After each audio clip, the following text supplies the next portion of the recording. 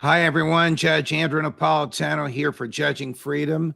Today is Wednesday, April 19th, 2023. It's about 4:30 in the afternoon here on the East Coast of the United States. I can see from the comments that many of you have lined up from all over the world. And good morning, Sydney. It's nice that you guys are here and with us. Scott Ritter, of course, joins us today. Scott, always a pleasure. Thank you very much for coming back on the show. I'm still bewildered about a 21-year-old enlisted weekend warrior, and I mean that as no insult to the National Guardsmen and women, having access to the country's most closely guarded secrets. Are you bewildered by it as all? Shouldn't this be on a need-to-know basis? In the old days, it was. I have to tell you, when in the old days, when I came in back in the 1980s, the number of people who had top secret code word clearances were very small, very select community, and you tended to keep everything within a closed circle. But I noticed at the end of the Cold War, when we were looking at the so-called peace dividend, we got rid of the CIA, and the intelligence community used to have a lot of dedicated analytical support, but it cost a lot of money to sustain it. So they dissolved that, and they started farming out analytical support to reserve units, National Guard units. The Marines had a force, or had a photo interpretation unit that started taking on national tasking. And so this is what would happen. So the reserve community, the National Guard community, the weekend warriors were getting plugged in. And so they'd be doing their drills on a recurring basis so they could meet certain production requirements. And production means they're going to receive raw data or semi-finished products, and then the reservists will package it, format it, turn it into a briefing slide, and then send it on to the to the consumer.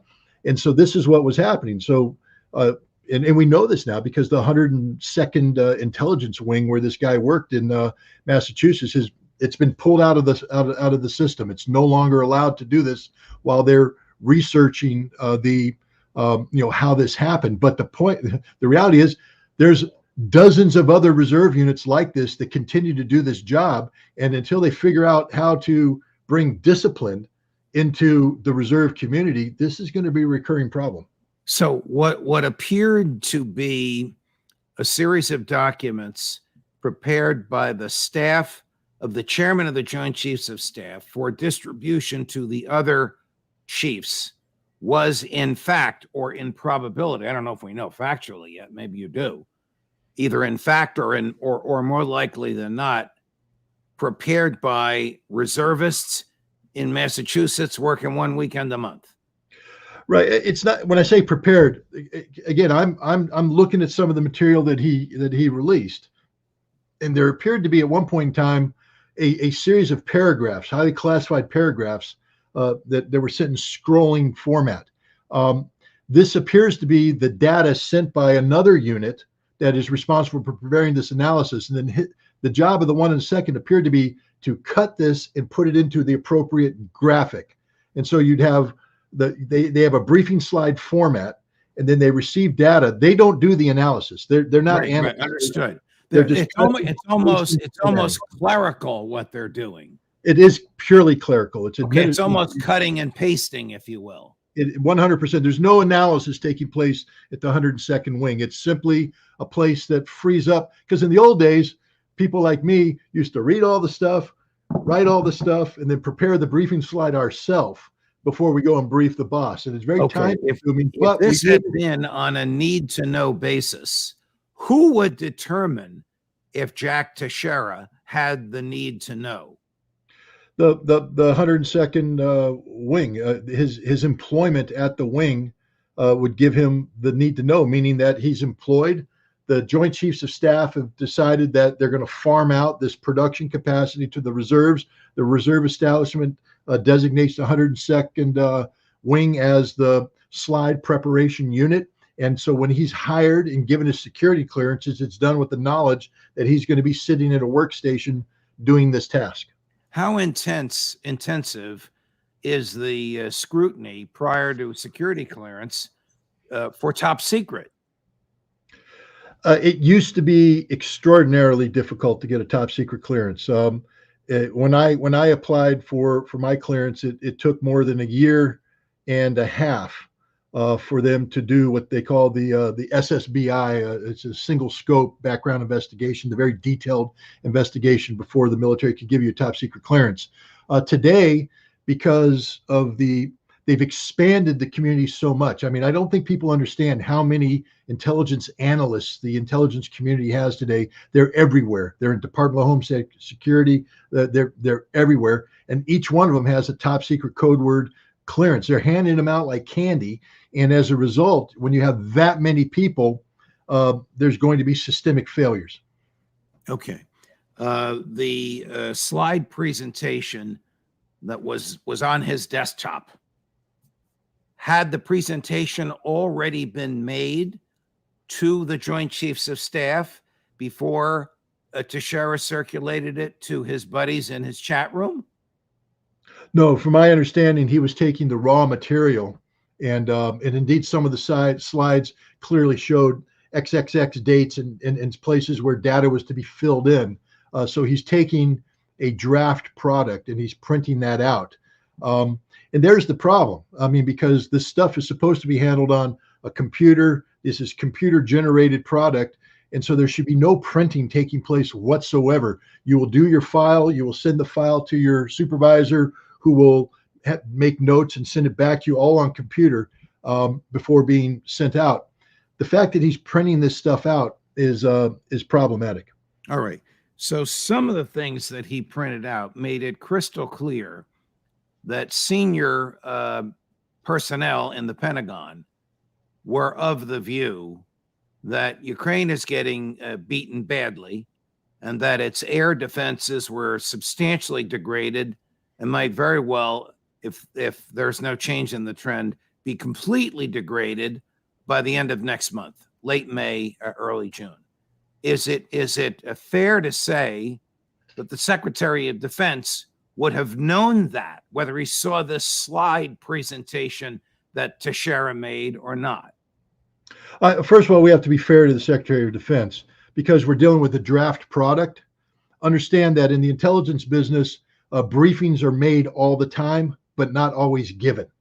And that because this is a product that's being put together, it has to go back into the system, and there will be a supervisor within the chairman of the Joint Chiefs of Staff who looks at the time available to brief General Miley and his staff and say, we don't have time to do this, so this briefing's done. We're not doing this briefing, we're not doing this briefing, we're only doing this briefing.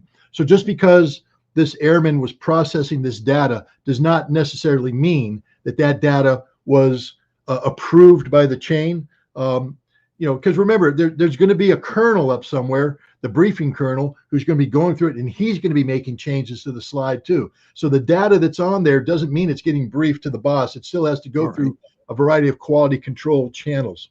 Okay. The Washington Post reports that Teixeira had begun circulating these documents to his buddies in December of 22. And the feds didn't discover it until late March, early April of 23, just a week or so ago. Is it reasonable to believe that this stuff had been circulated to 20 or 30 young men, none of whom had any security clearance, and the government didn't know about it? Yeah, look, I'm the biggest believer in incompetence you've ever seen in your life, just because I've seen incompetence throughout.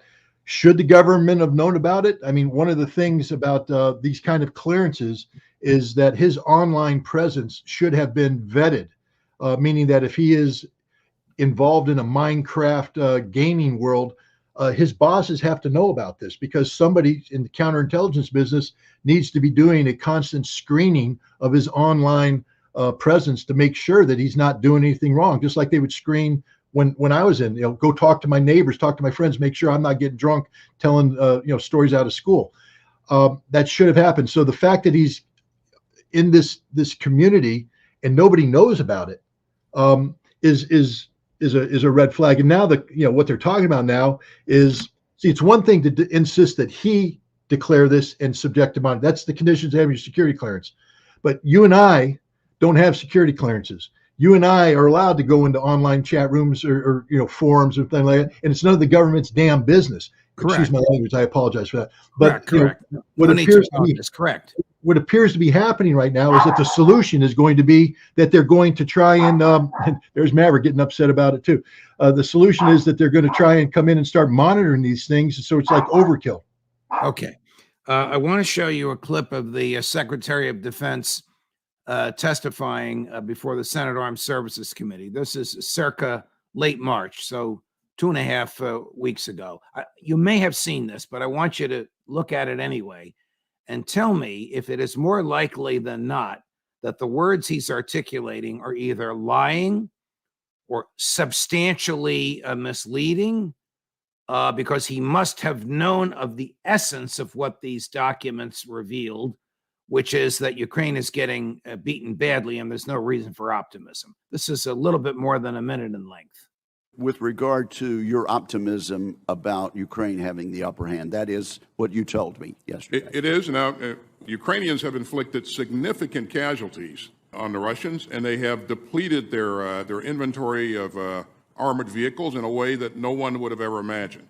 And so now we see Russia reaching for T-54s and T-55 tanks because of the level of damage that the Ukrainians have inflicted on them. And we have, in the meantime, been... And reaching for those tanks demonstrates what to you, sir? It demonstrates that their capability is waning. And we've continued to witness them be challenged with artillery munitions and other things, and they're reaching out to Iran, they're reaching out to North Korea. I think, we'll see an increase in the fighting in the spring as conditions for maneuver improve.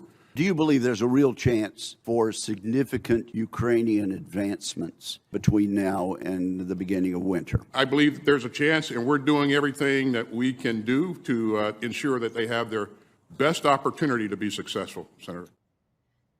Truthful or not? Well, here's the thing that we don't know. Look, in the lead up to the Iraq War, Douglas Feith, an official in the Bush administration, created something called the Office of Special Projects, and its job was to cherry pick intelligence and focus on that and shape a new reality based upon misleading information. Right. For political purposes. This is the stuff that Phil Giraldi told the president to disregard. Correct. Well, listening to Lloyd Austin speaking, somebody is pulling the Office of Special Projects on him. I mean, what he says, for instance, about the old T-55 and T-62 tanks is just absurd in the extreme, and he knows it. He knows that those tanks are being brought in to be dug in and turned into strong points on the second and third lines of defense. They're not. Yeah, but this is very important about whether he lied or not. In a minute, we're going to go to another crazy statement by Victoria Nuland. Is it more likely than not that he knew that it is the consensus of the people right below him, the Joint Chiefs themselves, that Ukraine is losing and is not likely to prevail? Yes, I think Lloyd Austin is not an incompetent person, meaning that he is cognizant of the fact that he is misrepresenting information for the purpose of shaping political perception. And that's the only reason why he testified before Congress. He wasn't there to tell the truth. He was there to shape perception. Okay. I don't know if we have the date on this, but it was sometime in this year, in 2023. Victoria Nuland, the Undersecretary of State for Political Affairs, appears to have revealed top secret information about the whereabouts of Russian troops and armaments, Iranian-made drones in Crimea. This is all part of her effort to argue, I got to say this with a straight face, that the United States should support an invasion of Crimea. I know this is crazy. She can be crazy. But my question to you is going to be, did she reveal top secret information when she made this statement? Watch what she said. There is a drone base in Crimea where the drones that the Iranians have given Russia are being launched from. There are command and control sites in Crimea that are essential for Russia's hold on all of the territory, including the land bridge. There are mass military installations on Crimea that Russia has turned into essential logistics and back office depots for this war. Those are legitimate targets. Ukraine is hitting them, and we are supporting that. Revealing top secret information for political purposes? Well, I mean, there's no doubt that she's revealing classified information. I also don't believe that Victoria Nuland, I mean, as much as I dislike her policies and things like that, I respect her professionalism, and she didn't get to where she's at by saying things that weren't screened in advance. I think she had permission to say what she said. I think this was selective declassification of data to create perceptions of Russian malfeasance that was worthy of American military intervention. Okay. Yeah. So listen to what you've just told us. The Undersecretary of State for Political Affairs selectively cherry picks classified information, gets permission to reveal it in order to create an image of something that's not true. The Secretary of Defense himself, in an effort to get more money appropriated for his former employer Raytheon to build equipment, selectively to build hardware for the military, selectively gathers facts from which he can selectively conclude that Ukraine has a chance to prevail or to do well in the spring and in the winter. Material misrepresentations made at the highest levels. 100%. Look, Judge, I am not a fan of leaking classified information. It's a crime. It's a straight up crime. And, people who make a decision to do so should be willing to pay the price. But, and I don't know if this was the intent of this 21-year-old kid, every time classified information is released to the public, we learn that the government lies. That's Correct. what we learn. So I think we have to just assume, I hope everybody watching understands what we're saying here. Just because the government says something, I think you have to understand that there's a bigger picture behind it, and the truth is probably far different, almost 180 degrees different from the perception that the government is shaping. The government is in the business. This has been my argument, and some of the really good people who believe essentially what you said, people who are skeptical of the government, people who believe in the primacy of the individual over the state, people who recognize that our rights come from our humanity, not from the government, people who refer to the government as essentially the negation of liberty, have been critical of me. Judge, you're a traitor. You're supporting this young man. I am arguing that what the young man revealed was truthful, not cherry-picked, and helps the American public decide whether or not the government is worthy of belief. Yep. Judge, I'm on your side 100%. Dan Ellsberg, he's a mentor of mine, a friend of mine, and I just think the world of the man. He set the gold standard for this kind of action.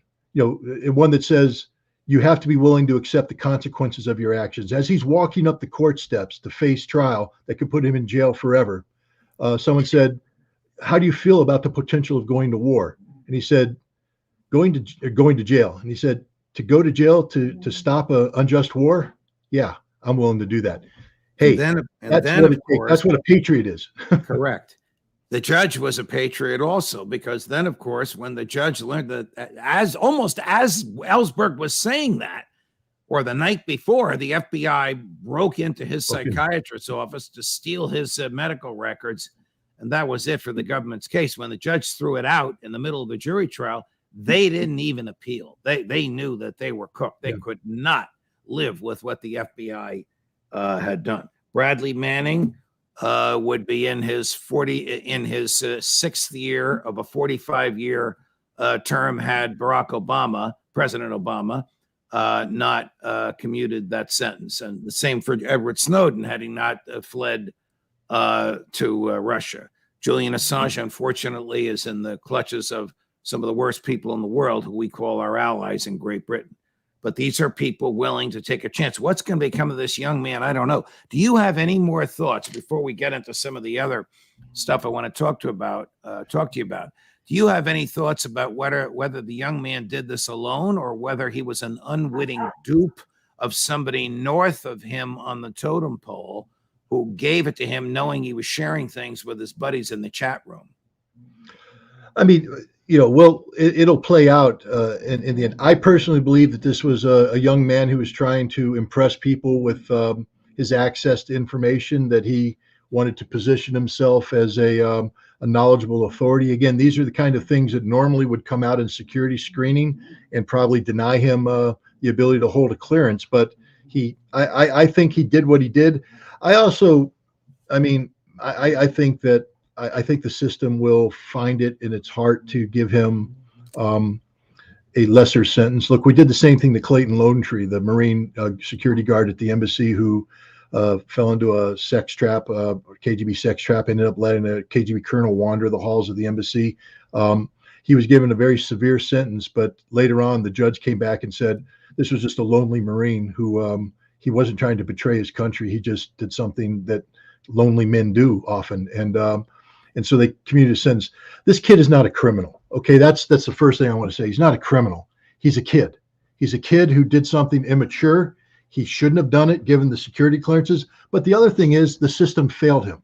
The fact that the system allowed him to do what he was doing means that his tendencies that had they been corrected early on, the first time he hit print, if his staff sergeant come over and said, "What the hell are you? Excuse my language. What are you doing printing this out? You can't print this out.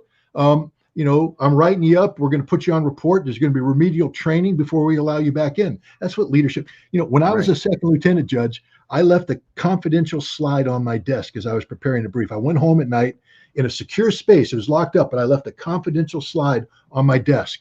The counterintelligence people doing their sweep afterwards found it. I got written up, and I was standing tall in front of a general who was telling me, one more mistake like that, and you are out of the Marine Corps. Now, fortunately, the Marine Corps believed that you allow people to learn from their mistakes, and I learned from my mistake. But my point is, the system took care of me, meaning they found my error, and they corrected me in a way that I never again repeated that error. Wow. That's what should have happened to this kid early on. He should have been corrected.